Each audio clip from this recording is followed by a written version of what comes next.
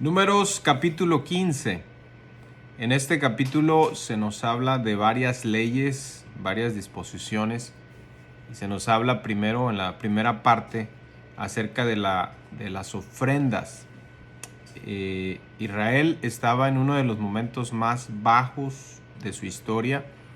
Habían rechazado la promesa de Dios al resistirse a entrar a la tierra prometida. Y en este capítulo vemos una de las muestras de misericordia de parte de Dios, ya que el capítulo 15 inicia diciendo: cuando hayáis entrado en la tierra. Estas ofrendas y estos sacrificios o indicaciones de cómo iban a ofrendar y cómo iban a hacer estos sacrificios inicia nuevamente con la promesa de que entrarían a la tierra prometida.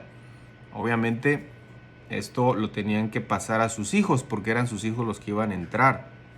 Dios estaba interesado en que Israel, el pueblo, no perdiera la esperanza y la fe que sus hijos, sus descendientes, iban a entrar a la tierra prometida. Muchos creyentes, cuando están bajo la corrección de Dios, se sienten abandonados por Dios. Sin embargo, Dios siempre está cerca de los que Él reprende o corrige. De los versos 6 al 7 se nos habla del sacrificio de carnero acompañado de grano y vino. De los versos 8 al 10 se nos habla del sacrificio de un novillo acompañado de grano y vino. Y de los versos del 11 al 16 se nos habla del carácter universal de estas leyes de las ofrendas, de este sacrificio de carnero o novillo.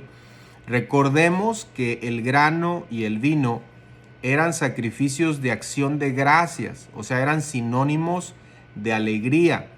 Y aquí el Señor pone más, si es un carnero, hay cierto nivel de grano y vino que hay que ofrecer, y si es un novillo, hay que ofrecerlo de cierta medida de grano y vino. Es decir, Dios estaba dando a entender que no quería que los sacrificios fueran de mala gana y con queja. Si uno no podía servir a Dios con alegría, entonces Dios no quería ese servicio y no quiere ese servicio en absoluto. De eso se trataba esta ley de las ofrendas, de los sacrificios. Y también era una forma de decirle al pueblo de Israel que estos sacrificios pues iban a traer el perdón que necesitaban ahora que habían fallado a Dios. La segunda parte de este capítulo se nos habla de algunos remedios para algunos pecados. La primera parte habla del pecado involuntario, que son de los versos 22 al 29, tanto como individuos como nación. Los pecados involuntarios necesitan también expiación de sangre. Dice, un novillo tenía que ser sacrificado cuando la nación en su conjunto era culpable, y una cabra tenía que ser sacrificada cuando un individuo era culpable. El pecar con buenas intenciones no quita la culpa. Habría que confesar y pedir perdón. Es lo mismo hoy en nuestro tiempo. Del verso 30 al 31 aborda el pecado de la soberbia. Es decir, aquellos que pecaban abierta y evidentemente.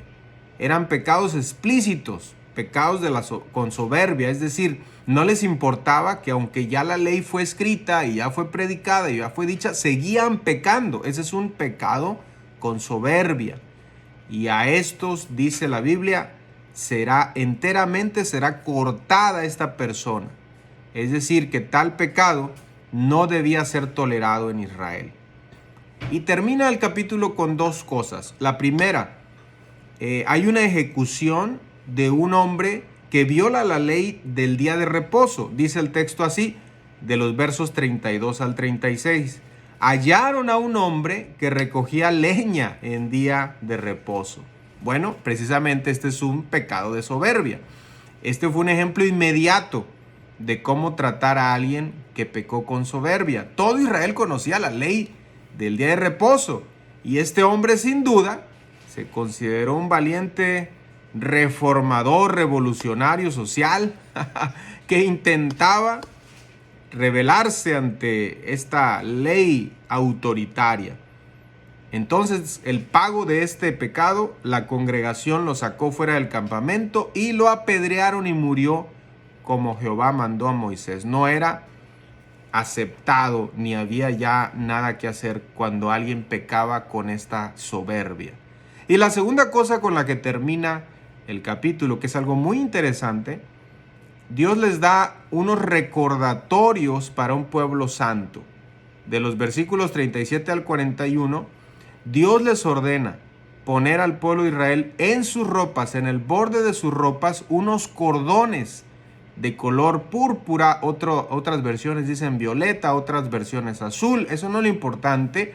Lo importante es que tenían esos pequeños cordones y cada vez que estos veían estos cordones, recordarían que deben obedecer los mandamientos de Dios.